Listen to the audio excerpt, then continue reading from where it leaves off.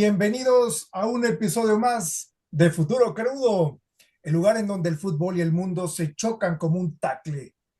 Hoy hablaremos del Mundial del 2026 de México, Estados Unidos y Canadá, pero no son solo goles, hablaremos de plata, poder y lo que este mega evento significa para este mundo que está en constante transformación. Y mira nada más quienes nos acompañan. Está ni más ni menos que Alan Amper. Él es periodista multimedia y fotógrafo con una visión ecológica y social constante. Tiene una maestría en Relaciones Internacionales por la Universidad de Aberdeen, en Escocia, y es licenciado en Ciencias de la Computación por la Universidad Iberoamericana. Además, Alan es autor de Pasión Electrizante, Leyenda del Necaxa, que por cierto les vamos a dejar aquí un enlace para que ustedes puedan conocer este magnífico libro sobre el fútbol y sobre el Necaxa a 100 años de su formación. Y también, por supuesto, está nuestro queridísimo doctor Samuel Schmidt, como ustedes bien saben, él es socio fundador del Instituto para Estudios del Futuro, actualmente es Research Fellow en la Universidad de Texas en Austin, analista político, egresado de la UNAM, de la Hebrea de Jerusalén, en California, Los Ángeles, y autor y coordinador de más de 50 libros, más de 1000 artículos, entre arbitrados, artículos de opinión, etcétera. Y bueno, pues les damos la más cordial bienvenida. ¿Cómo están? Doctor Alan, ¿cómo se encuentran? Pues Alan, tú cuéntanos, ¿Qué oye, tal? ¿cuál es el equipo más viejo, el Necaxa o el Atlante? El Atlante es un poquito más viejito. ¿Por cuántos años? El Atlante es de 1916, 17 por ahí. Bueno, hay dos fechas, pero sí, la mayor parte de los historiadores dicen que es de 1916. El Atlante es más viejo. Festeja 107, 109 años por ahí anda ahorita. ¿Y quién Sí. jugaba? En el Atlante era el equipo, le decían los prietitos en esa época porque era el equipo de los leperitos, así decía, ¿no? La historia, y los albañiles. Era un equipo absolutamente popular, ahí fundado en la colonia Roma, en la Ciudad de México, precisamente. ¿Y el Necaxa entonces ya es high class? No, digamos, un poquito más, pero no mucho, porque eran trabajadores de la Compañía de Luz y Fuerza.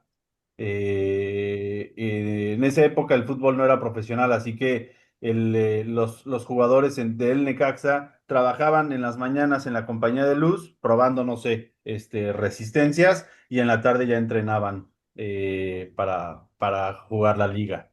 No, pues ya llegaban así electrificados, así todos. Ándale, ya llegaban bien, mucha energía. Oye, entonces, perdón, Eduardo, pero, oye, ¿cuándo se echó a perder entonces el fútbol? Uy, yo creo que tiene que ver a ver, siempre quien más tiene dinero es el que gana, o casi siempre, ¿no? Hay estas historias románticas que justo sirven para la narrativa, pero yo diría que alrededor de ochentas, noventas, cuando empezó a meterse mucho más el tema de la mercadotecnia y la influencia del dinero. Y sobre todo, yo te diría incluso ya sobre más, vamos a decir, en este siglo, con la inclusión, al menos en México, de las casas de apuestas. Ese es un antes y un después. Primero por la cantidad de dinero que mueve y segundo porque ya están metidas en absolutamente todos los niveles.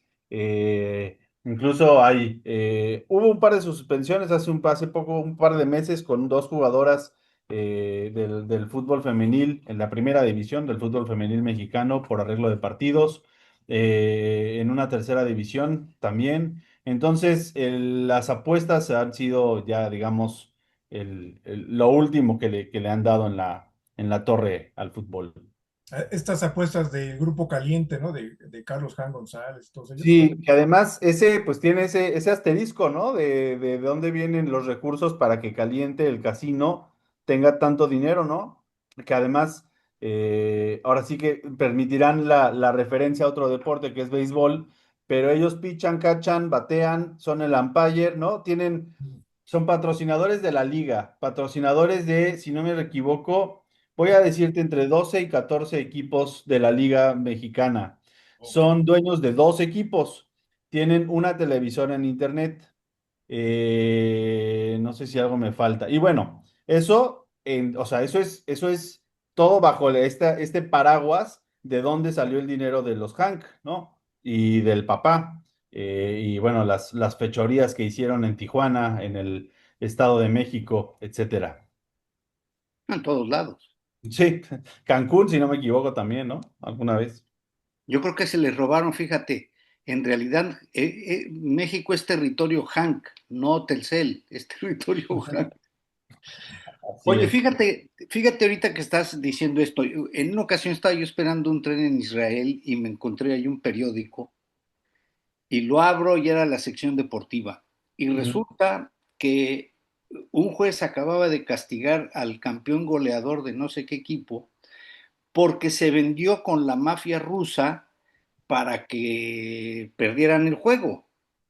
Y el jugador lo aceptó además en el juicio, ¿no? ujú. Pero junto con ese relato dijeron la cantidad de dinero que valían las apuestas que se levantaba la mafia rusa en la liga israelí, que es de este tamaño. Sí, claro, sí, sí, sí, por supuesto, por supuesto. ¿Cuánto Sí, se levantarán en la mexicana? y deja tú caliente, o sea, no voy a decir es lo de menos, porque no es lo de menos, pero es una partecita muy pequeña por los intereses políticos, económicos que tienen en el país. Este tema, por ejemplo, de las jugadoras de la liga femenil, se dieron cuenta, o de los jugadores de la tercera división, si no me equivoco, ahora no lo tengo a la mano, Cadereyta, puede ser, en Monterrey, bueno, en Nuevo León. El caso es que se dieron cuenta porque una serie de casas de apuestas de pronto entraban las apuestas desde Indonesia, desde Filipinas, desde, sí, sí, el Asia más lejano que nos podamos imaginar. Entonces, claro, con la tecnología, la globalización, pues ya no solo es México, ¿no? Es por todos lados. Las apuestas han absolutamente pervertido el fútbol más de lo que pudiera haber pervertido otro tipo de ingresos, pues masivos, ¿no?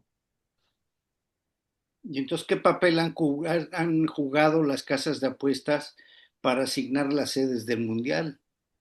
Fíjate que yo creo que ahí no va tanto, bueno, no sé, la verdad es que no, eso no te mentiría, eso no lo he investigado, pero sí hay un juego geopolítico, económico con las asignaciones del mundial.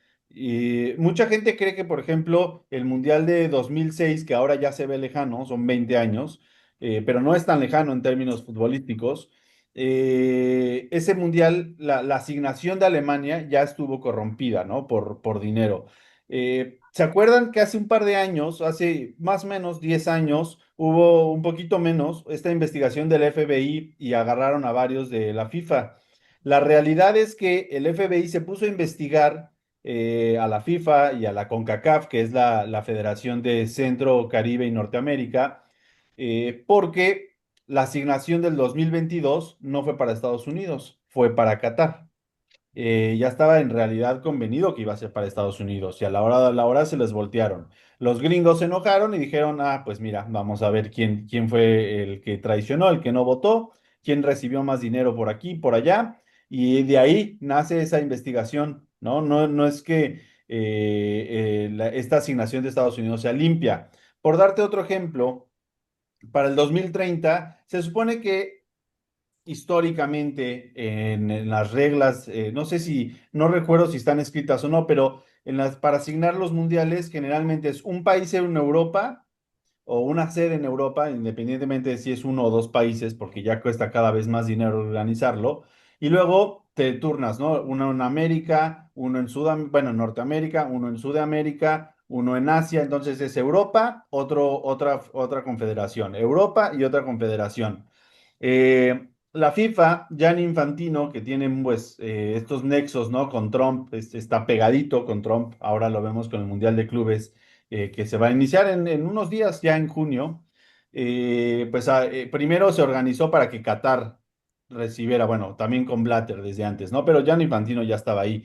Se organizó para que Qatar recibiera el Mundial. Y ahora, para que Arabia Saudita pueda recibir el Mundial del 2034, pues lo que hicieron es que en teoría no tocaba para Arabia Saudita. Tendría que haberle tocado, por ejemplo, a Australia. ¿Por qué? Porque Asia ya fue con Qatar, ¿no? Aunque Australia juega en la Confederación de Asia, pues Australia es Oceanía. Entonces, lo que hicieron es, por ejemplo, o Sudamérica no pudiera recibir el Mundial. Lo que hizo Gianni Infantino es, pues a ver, se supone que en 2030 se cumplen 100 años del primer Mundial, ¿no? Que fue en Uruguay en 1930. La idea de muchos países, sobre todo en Sudamérica, es que Argentina, Uruguay y Paraguay o Chile recibieran este mundial y después, en 2034, lo recibiera Europa y después, nuevamente, pues ya se siguiera recorriendo, ¿no? Lo que hizo la FIFA es 2030 va a ser España, Portugal, Marruecos, creo que le van a dar un par de partidos como ahora va a ser en el 2026, pero el partido inaugural, o va a haber como tres partidos inaugurales, van a ser en Argentina, en Uruguay y en Paraguay. Entonces, de esta manera se cubren todos los continentes y ¿qué queda? Ah, pues queda dárselo a Arabia Saudita en 2034, ¿no? La geopolítica y el dinero lo que mueve, ¿no? Parte de la asignación de Qatar en 2022 tiene que ver con estas reuniones de Macron y los emires catarís y pues supongo que los arreglos que habrán hecho por el gas, entre otras cosas. Los pactos de Abraham tienen que darle que ganar a Arabia Saudita, ¿no? Pues habrá que, híjole, es que Arabia Saudita además está invirtiendo una cantidad de dinero espeluznante para hacer sports washing, ¿no? Que están en box, están en golf, traen torneos de fútbol de España, es absolutamente irreal ya lo que está sucediendo. Pero, a ver, si hay una estrategia ahorita de Trump sobre el Medio Oriente, y Sí, Arabia Saudita es un actor fundamental en la estrategia de Trump. Entonces, aparte de que Arabia Saudita está invirtiendo dinero en Estados Unidos, está comprando cualquier cantidad de armas gringas, creo que son $1,000 millones, es una pues les locura. dan el food Sí. y, Sí, y también, absolutamente. Y lo están haciendo de distintas maneras, ¿no? Ahí está que Cristiano Ronaldo, una de las máximas figuras del fútbol mundial, pues está jugando allá, ¿no? Precisamente ahorita en junio termina su contrato con el Al Nassr, que es uno de estos equipos de la Liga Saudí. Y obviamente que él se fuera para allá, como cuando Messi se fue a Estados Unidos, pues jala a distintas figuras y ahí están en este estira y afloja, ¿no? Pero sí, es parte como toda esta maquinaria mercadológica que mueve también los hilos geográficos o políticos y viceversa, por supuesto. Siempre han habido estas facturas, ¿no? En los mundiales, Sí. que a veces pueden ser benéficas para la sociedad o el estado político y otras no. Por ejemplo, el caso de Brasil, en el año 2014 se gastaron 15.000 millones de dólares para Ujú. estadios que hoy son elefantes blancos, ¿no? Sí. Como el Mané de Garrincha en Brasilia. Hubo protestas masivas, recortes para salud, para educación, ¿no? Y que incluso, pues, detonaron también la caída de la presidenta Dilma Rousseff. En Rusia, 2018, bueno, pues también fue un gastadero. Sin embargo, pues supo sacar ahí a pesar de las acusaciones de corrupción y de lavado que hubo en Rusia. Y Qatar, bueno, pues que señalan que es el más caro de la historia con 220.000 millones de dólares. El Sí, resultado, es parte de lo mismo, perdona, Eduardo, es parte de lo mismo, ¿eh? Qatar, no, ni siquiera, a ver, no quiero decir que su liga no es profesional, pero no hay una cultura futbolística, ¿no? Y básicamente para la cantidad de gente que hay en Qatar, con un estadio tendrían, ¿no? Dos, como mucho, ya dices, bueno, órale, va, dos. Eh, no hay necesidad, sí, es absolutamente increíble. Y luego hay este dato, ¿no? Que se ignora acerca de los 6.000 trabajadores, y esos son ese es el número oficial de los trabajadores muertos y a los que, y sabrá Dios cuántos más, ¿no? Que les quitaron los papeles, que viven esta clase, esta especie de esclavitud moderna para construir estadios. Que no dudaría que, a ver, en Estados Unidos no se han hecho reportes, pero no dudaría que que hubiera muchos inmigrantes indocumentados en una especie de problema similar. No sé si sin que les quiten papeles, porque en teoría son indocumentados, pero sí en una especie de esclavitud. O sea, a ver, no tengo nada comprobado pero no me suena tampoco tan extraño, ¿no? Dadas las circunstancias. Había acusaciones sobre trabajadores de la India, de África, ¿no? Que incluso llegaban con contratos pues, que eran exorbitantes para ellos y a la mera hora pues los hacían trabajar justamente en las áreas de construcción, les quitaban los papeles, los hacen vivir en unas especies como de ciudades perdidas Sí, y pues que no tienen ninguna prestación ni derechos laborales, que es justamente lo que tú comentas sobre esta nueva forma de esclavitud. así, Pero absolutamente. en el caso para el Mundial de 2026, donde México, Estados Unidos y Canadá serán sedes, ¿cómo cómo se armará esta situación? Veíamos hace poco que la jefa de gobierno de Ciudad de México había comentado de que, bueno, pues la inversión va a tener una inversión, un impacto social, que van a ver, van a modernizar rutas de transporte, van a existir ciclovías, etcétera.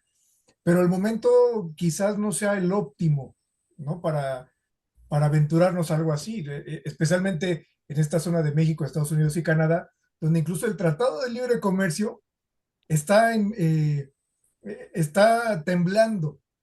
Ahora, Sí. como para ponernos de acuerdo los tres, ¿qué opinan ustedes al respecto? ¿Y van a dejar entrar a los jugadores de Estados Unidos? ¿Les van a dar visa? En teoría tendría que darles visa, ¿no? Obviamente, a ver, en teoría Rusia está vetado por la guerra con Ucrania, pero yo quiero, o sea, yo me quiero imaginar qué va a pasar con la selección de Irán, que probablemente vaya al Mundial. Qué va a pasar con la selección de Corea del Norte, si va al Mundial.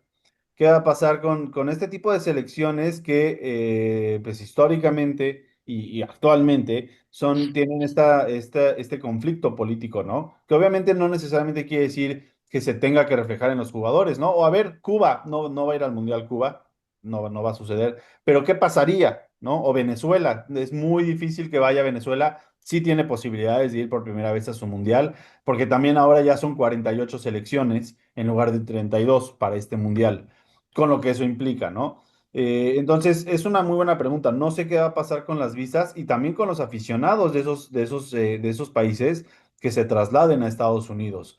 Eh, Creo que hay una serie de factores que complican, al menos desde mi perspectiva para México, este mundial. Sí va a haber un derroche económico en México, sobre todo en la Ciudad de México, Guadalajara y Monterrey, que son las tres ciudades que reciben partidos. Sin embargo, yo no creo que las condiciones del país hoy sean las ideales para recibir ningún tipo de evento deportivo masivo, ¿eh?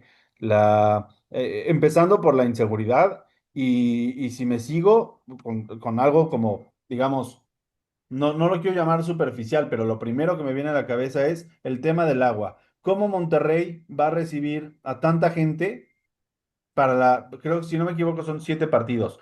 Eh, o México, la Ciudad de México, ¿cómo va a recibir a tanta gente si no tenemos agua? ¿No? Si cada año la estamos viendo peor con el agua. Entonces, no sé, yo no creo que estén en las condiciones. Sí va a haber cierta derrama económica. Es posible que si la gente va voy a decir, a la Ciudad de México, bueno, pues haga tal vez una escala en Cancún y el impacto ecológico de eso, ¿no? No sé, yo creo que México no está en el momento para recibir un evento de este tipo. Es que yo creo que tanto los mundiales como las olimpiadas Ujú, forzan a los países a unos gastos excesivos ujú. y efectivamente no recuperan el gasto. Porque No, no. eso es un poco de imagen y un poco de vanidad nacional, ¿no? Oh, yo traje el mundial, yo traje la olimpiada, pero desde el punto de vista de ganancia o de costo-beneficio, no conviene. No, no, de ninguna manera. No, Ahora, de ninguna manera. si le metes aparte que nos hemos estado acostumbrados a que las asignaciones son corruptas, entonces la pregunta es, ¿y a quién le dieron su mochada para este nuevo mundial? O sea, le concedieron a Estados Unidos porque no le dieron lo de Qatar, y entonces, ¿para qué montan a Canadá y México? Pues yo creo que es a ver, Estados Unidos no tiene la necesidad, ¿eh? Yo no te podría decir cuál sería la razón específica, porque Estados Unidos no tiene la necesidad. Hoy la MLS está mucho mejor, económicamente hablando, mucho mejor asentada que la Liga Mexicana. Deportivamente hablando, yo considero que México todavía está por encima de la MLS, pero no por mucho, tampoco. Ya la MLS está ahí alcanzando. Em, pero bueno, Estados Unidos creo que es en este afán. Recordemos que además cuando se asignó, si no me equivoco, todavía no estaba Trump en su primer periodo. No. Entonces, Fue en el 2018 en Rusia, donde se hizo esta asignación.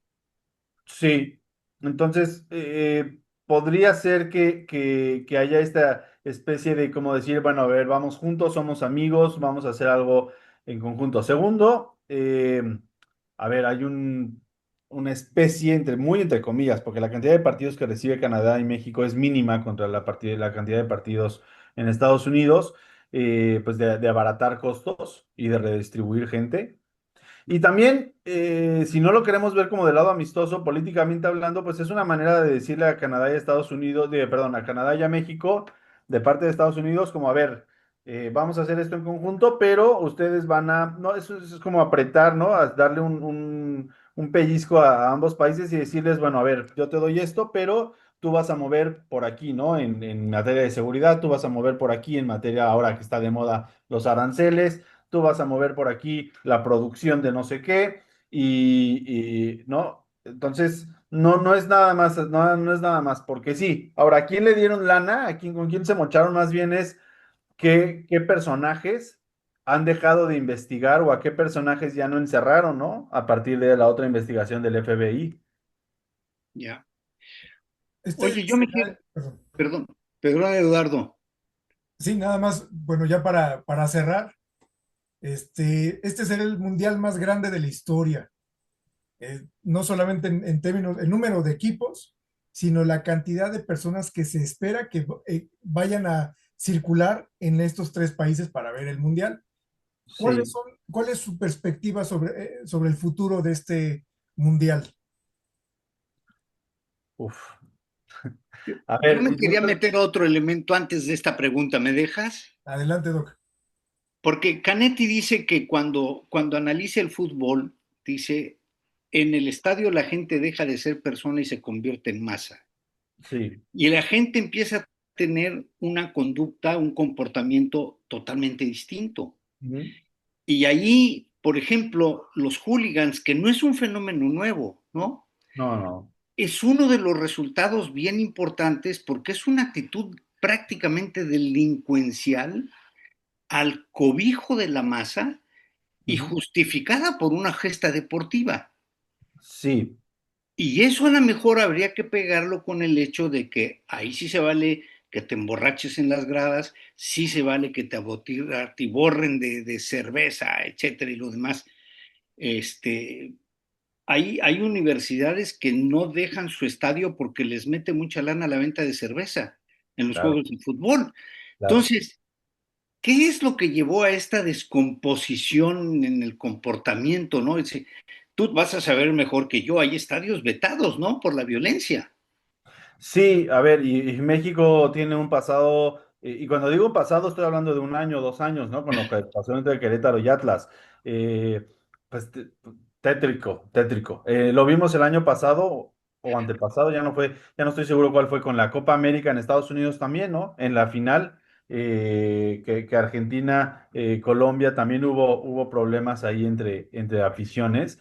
Creo que tiene que ver también con eh, sí, la mezcla de la masa y de pasar desapercibido en la masa, ¿no? Ese anonimato que te da esa cierta valentía, entre comillas, ¿no? Para ser delincuente. Ahora, también es verdad que, bueno, en Argentina se les conoce como los barras bravas, a los hooligans, o los ultras, que creo que a mí me gusta también hacer una pequeña distinción, porque también hay ciertos grupos o ciertos, sí, voy a llamarlos ciertos grupos de barras o de ultras que sí tienen un trasfondo ideológico que no necesariamente es delincuencial. Sin embargo, se percibe así porque los demás hacen este tipo de delincuencia, ¿no? Y ahí hay ejemplos a nivel mundial. Creo que el que tengo más claro ahora es el San Pauli en Hamburgo, en Alemania, que no, o sea, que no son,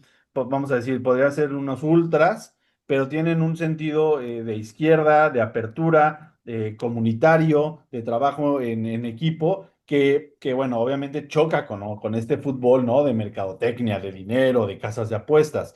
Entonces, a mí me gusta hacer esa pequeña distinción. Ahora sí me gustaría saber qué es lo que va a pasar con estos ultras, ¿no? Los hooligans que se transporten a México, Estados Unidos o Canadá. Y hay que tomar en cuenta, respondiendo a un poco a lo que decías, Eduardo, de la gente moviéndose a estos países, cómo van a asignar las sedes, ¿no? Es decir, si sí calificara, vamos a decir, Irán, ¿va a jugar en Estados Unidos o va a jugar en México o en Canadá? ¿No? Hay que tener como muy claro eso. Y si va a jugar en México o en Canadá, ¿cómo va a estar el tema del movimiento migratorio en ese sentido? Entonces, Además eh, de las innovaciones tecnológicas, ¿no? VAR en tiempo real, drones ujú, transmitiendo, por el supuesto. Estadio Azteca renovado, estadios del NFL como nuevos estadios y por Sí. supuesto el frío canadiense. Bueno, aunque va a ser en junio, pero Ujú. está también eso. Y bueno, Sí, no, y a ver, tengo aquí un reporte que justo generaba hace un par de meses. El principal tema en tema de sustentabilidad viene de las emisiones de carbono que producen todos los patrocinadores. Es decir, el 75% de el tema de sustentabilidad, del problema de la crisis climática que genera este Mundial de 2026, viene de los patrocinadores de la FIFA y, bueno, de las distintas selecciones. Pero el segundo que más genera es precisamente el tema de los viajes y traslados de aficionados, de los equipos, de medios de comunicación, de árbitros, y así podemos seguir, ¿no? Finalmente, el tercero, que en México, Estados Unidos y Canadá está mayormente resuelto, es el tema de la renovación o reconstrucción de los estadios que se van a utilizar en temas de sustentabilidad. que tiene una huella de carbono muy alta también. Sí, sí, por supuesto. No, no, está estimado, aquí tengo el número, que la huella de carbono son entre 64 y 66 millones de toneladas anuales, que equivale a lo que produce Austria en un año o 60% más de lo que produce Uruguay en un año, solo en ese mes de mundial. bueno, pues ya lo vieron. Ojalá no se repitan los errores, que las inversiones beneficien a la gente y no solamente a las élites. Pues les agradecemos mucho, Alan, doctor Schmidt, por su participación y bueno, pues estamos al pendiente en un episodio más de Futuro Crudo. Nos vemos. Hasta luego.